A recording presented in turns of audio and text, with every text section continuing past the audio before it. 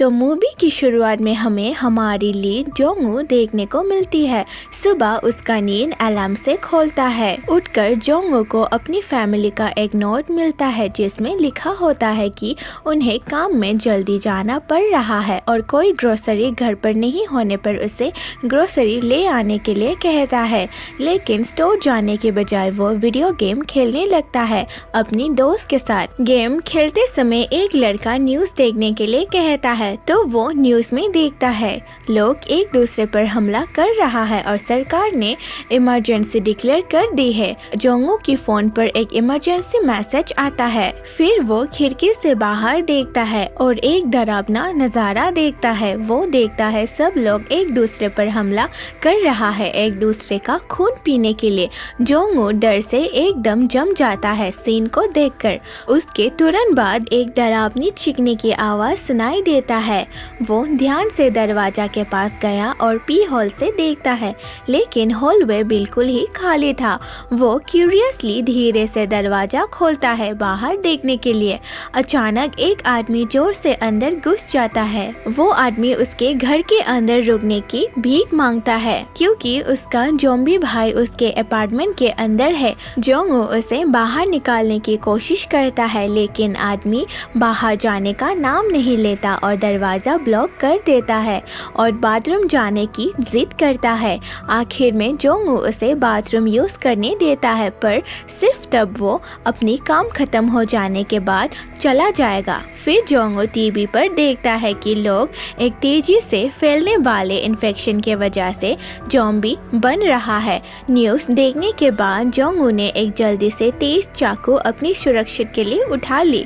तभी उसका पड़ोसी आदमी बाथरूम से बाहर आता है। जोंगू उसे वार्न किया कि वो तुरंत चला जाए लेकिन पड़ोसी घबराकर कहा कि वो ठीक है पर उसकी आंख लाल होने लगी और उसका शरीर अजीब तरीके से बदलने लगा। सिर्फ कुछ सेकंड में वो एक ज़ॉम्बी बन गया और जोंगू पर हमला कर दिया। अपनी पूरी ताकत लगाकर जोंगू ने ज़ॉम्बी को धक्का देकर बाहर गिरा दिया। ज़ॉम्बी को घर से निकालने के बाद पी होल से वो एक बड़े ज़ॉम्बी को अपने पड़ोसी ज़ॉम्बी पर हमला करते और उसे घसीट कर ले जाते हुए देखता है और फ्रिज से दरवाजा ब्लॉक कर दिया। जोंगू अपनी फैमिली को कॉल करने वाला होता है। तभी जोंगू को अपनी पेरेंट्स का मैसेज आता है जिसमें लिखा था कि वो अभी घर नहीं आ सकते और उसे हर हाल में जिंदा रहने के लिए कहता है। अब जोंगू सिर्फ खुद पर भरोसा कर सकता था। उसे नहीं पता था कि उसे कितना दिन तक टिकना पड़ेगा, इसीलिए उसने अपने पास बचे हुए थोड़े से खाने के चीज़ों को इकट्ठा कर लिया। वो ध्यान से अपने खाना को बांट कर रखना शुरू कर दिया और तुम्हें जिंदा रहना है लिखकर अपनी फैमिली फोटो पर चिपका दिया। अगले सुबह जोंगू सोशल मीडिया पर देखता है बहुत सारे लोगों ने अपना एड्रेस #alive के साथ शेयर कर दिया है मदद की उम्मीद में। तो वो भी अपना एड्रेस वाला एक साइन पकड़कर अपना एक फोटो खींचता है और #I must survive के साथ पोस्ट करता है ताकि उसे भी मदद मिल सके। फिर जोंगू अपनी ड्रोन का यूज करके बाहर देखता है कि क्या हो रहा है और वो देखता है कि पूरा मोहल्ला ज़ॉम्बी से भरा पड़ा है। ये सब देख के वो अपना ध्यान भटकाने के लिए गेम खेलता है लेकिन सर्वर खराब होने की वजह से वो ठीक से गेम खेल नहीं पाता और सोफा पर आकर सो जाता है। फिर रात को गोली की आवाज़ से वो उठ गया। वो खिड़की के पास घिसक कर गया और देखा कि एक फीमेल पुलिस ऑफिसर पर ज़ॉम्बीज़ हमला कर रहे थे। वो बेबस होकर देख रहा था। जैसे ही ज़ॉम्बी ने उसे घेर लिया और खाने लगे, उसकी मदद करने के लिए जोंगू जोर से चिल्लाने लगता है ताकि ज़ॉम्बी का ध्यान भटक पाए। लेकिन अचानक उसकी चीखने की आवाज़ को सुनकर दरवाजा पर जोर जोर से धक्का पड़ने लगा। डर से कांपते हुए उसने एक गोल्फ बैट उठाया और धीरे धीरे दरवाजा के तरफ बढ़ने लगा। एक बड़ा सा ज़ॉम्बी उसके घर में घुस चुका था। जोंगू ज़ॉम्बी को पीछे धकेलने की कोशिश करता है लेकिन वो उतना ताकतवर नहीं होता कि वो ज़ॉम्बी को मार दे सके, इसीलिए वो बालकनी की तरफ भागने लगता है और बालकनी की रेलिंग पर लटक जाता है। तो ज़ॉम्बी उसका पीछा करता है और बालकनी से कूद जाता है क्योंकि उसे लगा कि जोंगू बालकनी से कूद गया है। लेकिन जोंगू तो सेफली बालकनी पर लटक रहा होता है। जब वो नीचे देखता है ज़ॉम्बी जोर से टकराकर मर गया है और ये भी नोटिस करता है कि पुलिस ऑफिसर लड़की भी ज़ॉम्बी बन चुकी है। फिर वो अपने घर पर वापस चढ़ के डोर की लॉक को ठीक करने लगता है और अपने खाने को सब खराब होता हुआ देख उसे बुरा लगता है क्योंकि उसके पास वैसे ही कम खाना बचा हुआ था। रात को वो अपने सब्सक्राइबर के लिए खुद का वीडियो शूट करता है जहां वो बताता है कि सिचुएशन कितना डरावना है और वो कितना डरा हुआ है। वो ये भी कहता है कि उसकी फैमिली ने उसे हर हाल में जिंदा रहने के लिए कहा है। अब 7वां दिन हो गया है। जोंगू अपनी पापा का शराब पीने लगता है क्योंकि उसके पास खाने को कुछ ज्यादा चीज नहीं बचा है। वो खिड़कियों को कलर पेपर से ढक देता है ताकि बाहर से कोई उसे ना देख सके। टीवी पर बताता है कि ये इन्फेक्शन सिर्फ इन्फेक्टेड ब्लड के कांटेक्ट से फैलता है। अगर कोई बाइट या चाकू की चोट से बचा रहे तो वो सुरक्षित रह सकता है। और ज़ॉम्बीज़ और भी ज्यादा ताकतवर हो रहा है। कुछ तो नॉर्मल इंसानों की तरह नॉर्मली एक कर सकता है, जैसे दरवाजा खोलना और अपनी पुरानी नौकरी जैसे काम करना। फिर वो टीवी पर एक रामेन कॉमर्शियल एक देखता है तो उसे रामेन खाने का मन करता है। जोंगू एक बाउल रामेन खा लेता है लेकिन ये उसका आखिरी मील होता है और खाते वक्त उसका पानी का बोतल गिर जाता है तो वो और पानी लेने के लिए टेप के पास जाता है लेकिन उसे पता चलता है कि पूरा अपार्टमेंट में पानी बंद हो चुका है। आखिर में उसे वही टेबल पर गिरी हुई कुछ बूंदों की पानी को ही पीना पड़ता है बिना कुछ चारा के। अब 15 दिन बीत गया है। जोंगू को हेलुसिनेशन होने लगी है। हेलुसिनेशन करते हुए उसने सोचा कि उसके पेरेंट्स सुरक्षित घर लौट आया है, लेकिन जब वो अपने होश में वापस आता है तो वो बर्दाश्त नहीं कर सका। वो जमीन पर गिर गया और डर से रोने लगा। तभी एक वॉइस मैसेज ने उसको थोड़ी सी उम्मीद दी। ये उसकी पेरेंट्स का मैसेज था लेकिन घर के अंदर सिग्नल बहुत ही ज्यादा कमजोर था। मैसेज सुनने के लिए जोंगू ने रिस्क लिया और अपना फोन बाहर तक ले गया। मैसेज को सुन के उसका दिल टूट गया। ये उसका पेरेंट्स का आखिरी मैसेज था। उनके साथ कुछ बुरा हो चुका था। ज़ॉम्बीज़ उन पर अटैक कर लिया था। जोंगू का सारा उम्मीद टूट चुका था और उसका दिल एकदम ठंड पड़ गया। अब उसके पास जीने की कोई वजह नहीं रहा। जोंगू आखिरकार अपना सब्र खो देता है और लिविंग रूम की सारी चीजों को तोड़ने लगता है लेकिन फिर भी उसका गुस्सा कम नहीं होता। फ्रस्ट्रेट होकर वो बाहर जाता है और एक ज़ॉम्बी पर गोल्फ बैट से हमला कर देता है जब तक वो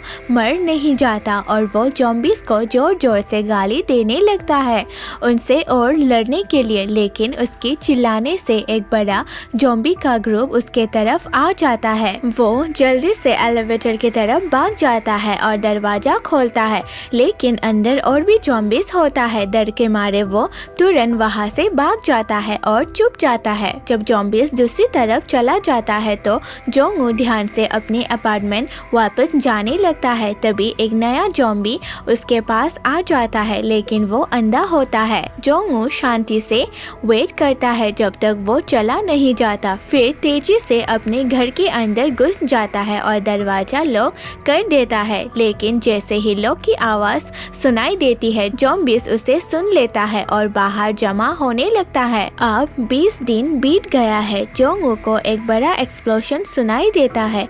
पूरा शहर को तबाह होते हुए देख उसका मन बेचैनी सा हो जाता है और फिर से वो खुद की वीडियो बनाने लगता है लेकिन इस बार वो कुछ भी नहीं कह पाता, बस बाय कहता है। जोंगू ने अपनी जिंदगी खत्म करने का फैसला कर लिया था लेकिन एक लेजर लाइट उसके चेहरे पर चमक उठी। उसे देखकर झटका लगा क्योंकि कोई और भी जिंदा था। जोंगू ने जीने की चाहत में जोर लगाया और रस्सी से छूटने में सफल हो गया। जब वो करीब गया तो देखा कि वो एक लड़की थी जिसका नाम यून भी है। थोड़ी देर बात करने के बाद लड़की ने कहा कि वो दोनों अगले सुबह 7 बजे फिर से बात करेंगे लेकिन जब जोंगू उठा तो उसने देखा कि ऑलरेडी 11 बज चुके थे। वो दोनों हाथ के इशारों में अपनी फोन का यूज करके अपना नाम शेयर करता है और थोड़ी देर बात करता है। अचानक यूनबी को एक आवाज सुनाई देती है और जोंगू से कहती है कि वो दोनों दोबारा दोबारा 7 बजे फिर से बात कर सकता है। फिर वो अपनी कुल्हाड़ी उठाती है और मुड़कर देखती है कि एक ज़ॉम्बी उसके जाल में फंस गया है। थोड़ी देर हिम्मत जुटाने के बाद वो उसे मारती है। उस रात बारिश होने लगती है तो जोंगू और यूनबिन दोनों पानी इकट्ठा करने के लिए अपना बर्तन बाहर रख देता है। जब यूबिन जूनो की बिल्डिंग देखती है तो उसे दिखाई देती है कि आधवा मंजिल खाली है। नेक्स्ट मॉर्निंग योनो को भूख लगने के कारण वीक फील कर रहा होता है तो यूनबिन उस पर तरस खाते हुए अपना फूड उसे देने के लिए रस्सी उस पर फेंक देती है, लेकिन यूबिन के पास ज्यादा ताकत नहीं होने के कारण रस्सी जमीन पर गिर गई। खुशकिस्मती से योनो के पास एक ड्रोन था। उसने उसे अच्छे से कंट्रोल किया और सफलता से रस्सी यूबिन तक पहुंचा दी। रोप वे सेट करने के बाद यूबिन अपनी खाना योनो को बेच देती है, लेकिन जैसे ही योनो खाने लगा उसे अचानक महसूस हुआ कि कुछ गड़बड़ है। एक फायर फाइटर ज़ॉम्बी ने वही रस्सी उठा ली जो पहले नीचे गिर गया था। ये ज़ॉम्बी अभी भी अपनी पुरानी यादों को याद रखता है।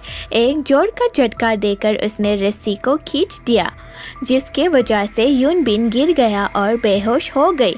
फिर ज़ॉम्बी ने रस्सी को खींचना शुरू किया और यूनबिन के घर की तरफ चढ़ने लगा। रस्सी की मदद से ज़ॉम्बी को योनो चढ़ते हुए देख लेता है तो वो ज़ॉम्बी को रोकने के लिए खाली बोतल फेंकता है, लेकिन कोई भी उसको नहीं लगता। फिर वो अपना ड्रोन बेच देता है और उसी फायर फाइटर ज़ॉम्बी के पास उड़ाता है ताकि वो गिर जाए। अचानक योनो के दरवाजा पर ज़ॉम्बी जोर जोर से टोकने लगता है।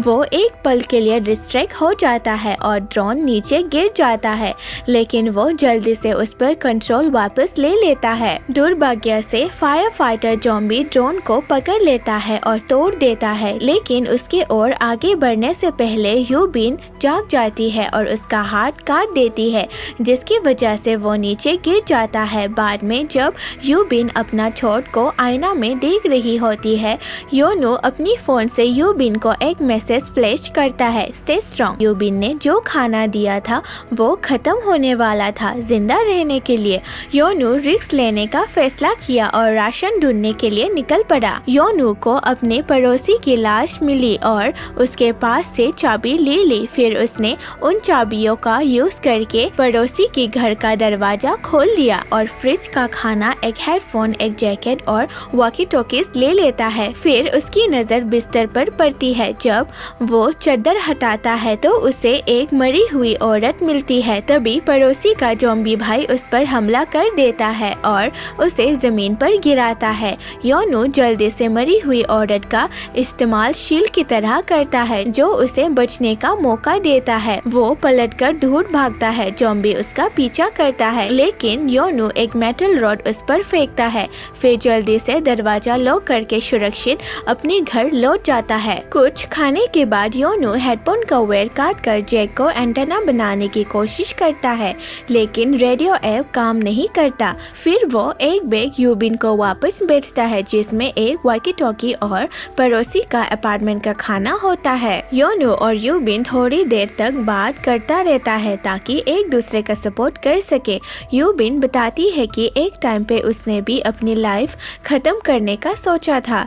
लंच के टाइम दोनों एक साथ नूडल्स बनाता है ताकि ऐसे लगे जैसे वो साथ में खा रहे हो।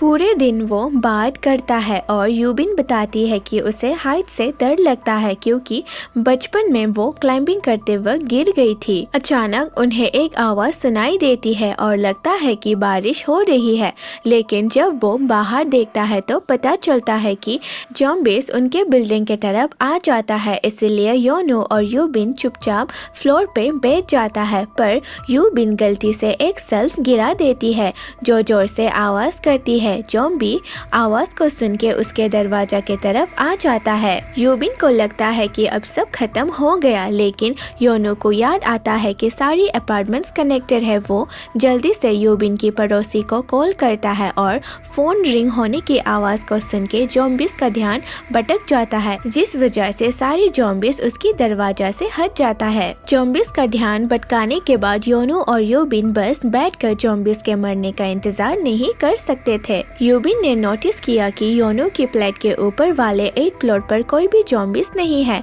तो दोनों ने वहां जाने का प्लान बनाया। जैसे ही दोनों तैयार हुए, यूबिन एक तेजी में नीचे कूद गई और स्मूथली लैंड किया।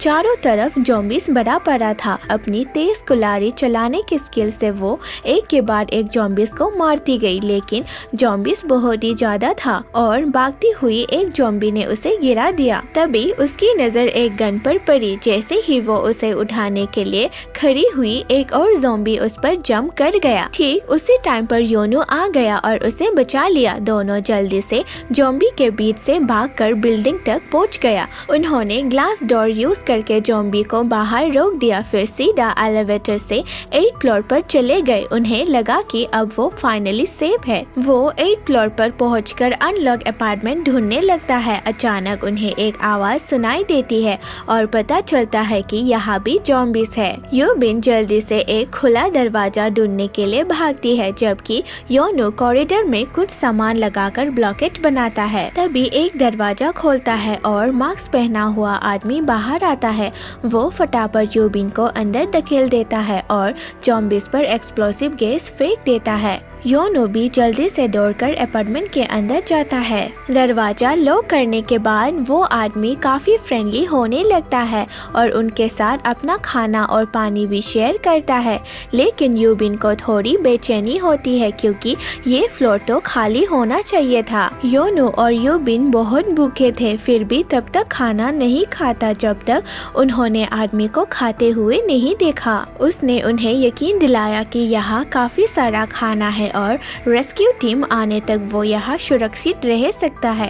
पहले तो दोनों को यकीन नहीं होता कि रेस्क्यू टीम आने वाला है, पर जब उनको आदमी ने कहा कि घर सबसे ऊपर होने की वजह से कभी कभी ब्रॉडकास्ट न्यूज सुन पाते हैं, ये न्यूज सुनकर दोनों को थोड़ी सी उम्मीद मिली। लेकिन खतरा करीब था। यूबिन को महसूस हुआ कि कुछ गड़बड़ है, पर तब तक देर हो चुकी थी। योनो बेहोश हो गया। आदमी ने उनके खाना में जहर मिलाया था। थोड़ी देर बाद यूबिन भी बेहोश हो गई, लेकिन जहर उस पर ज्यादा असर नहीं करती क्योंकि उसने पानी और खाना कम खाया था। आदमी यूबिन को एक रूम में ले गया जहां एक ज़ॉम्बी भी बांधा था जो उसकी पत्नी थी। वो अभी भी उसे प्यार करता था, पर जीते जागते लोगों को उसके लिए खाना बनाने से नहीं हिचकिचाता था। उसने धीरे धीरे रस्सी ढीली करना शुरू की ताकि ज़ॉम्बी यूबिन के करीब आ सके। इसी बीच योनो होश में आ गया और आदमी पर बंदूक तान दी। उसे रोकने के लिए कहा, पर आदमी ने बिना सोचे समझे रस्सी छोड़ दी। यूबिन के चीखने के बाद अचानक सब शांत हो गया। जब आदमी ने दरवाजा खोला अंदर क्या हुआ चेक करने के लिए, तो उसकी खुद की ज़ॉम्बी पत्नी ने उस पर ही उल्टा हमला कर दिया। फिर वो आदमी अपनी ज़ॉम्बी वाइफ को गले लगाता है और अपना प्यार इजहार करता है। उसके ज़ॉम्बी बनने से पहले यूबिन दोनों को गोली मार देती है। गन शॉट की आवाज सुनकर बाहर की ज़ॉम्बीज तुरंत बिल्डिंग की तरफ दौड़ पड़ते हैं। यूबिन योनो को बंदूक देती है और कहती है सब खत्म कर दो, पर वो मना करता है। यूबिन उसे समझाती है कि ज़ॉम्बी बनने से अच्छा है कि इंसान बढ़कर मरे।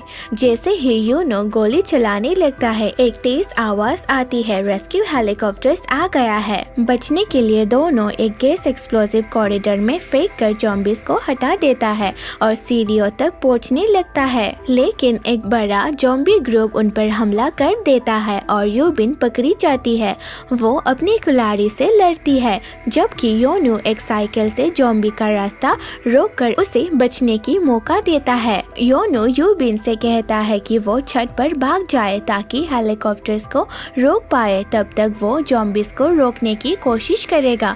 यूबिन ऊपर पहुंच जाती है, लेकिन हेलीकॉप्टर्स जा चुकी होती है। योनो ज़ॉम्बीज के साथ लड़ता है और यूबिन के साथ रूफटॉप पर पहुंच जाता है। वो दोनों रूफटॉप पर फंस गए होते हैं क्योंकि हेलीकॉप्टर्स तो जा चुका था। पूरे शहर में उन दोनों की मदद की चीखें गूंजने लगता है। अचानक एक हेलीकॉप्टर आ जाता है जो ज़ॉम्बी पर शूट करने लगता है और उनके लिए रास्ता बनाता है। दोनों जल्दी से हेलीकॉप्टर में चढ़ जाता है और आखिरकार बच निकलता है। जैसे ही हेलीकॉप्टर शहर से दूर जाता है, योनो का फोन में सिग्नल आ जाता है। उसे अपने परिवार से मैसेज आता है कि वो सुरक्षित है। एंड व्यूअर्स, इसी सीन से ही मूवी का एंडिंग हो जाता है। Thank you for watching guys.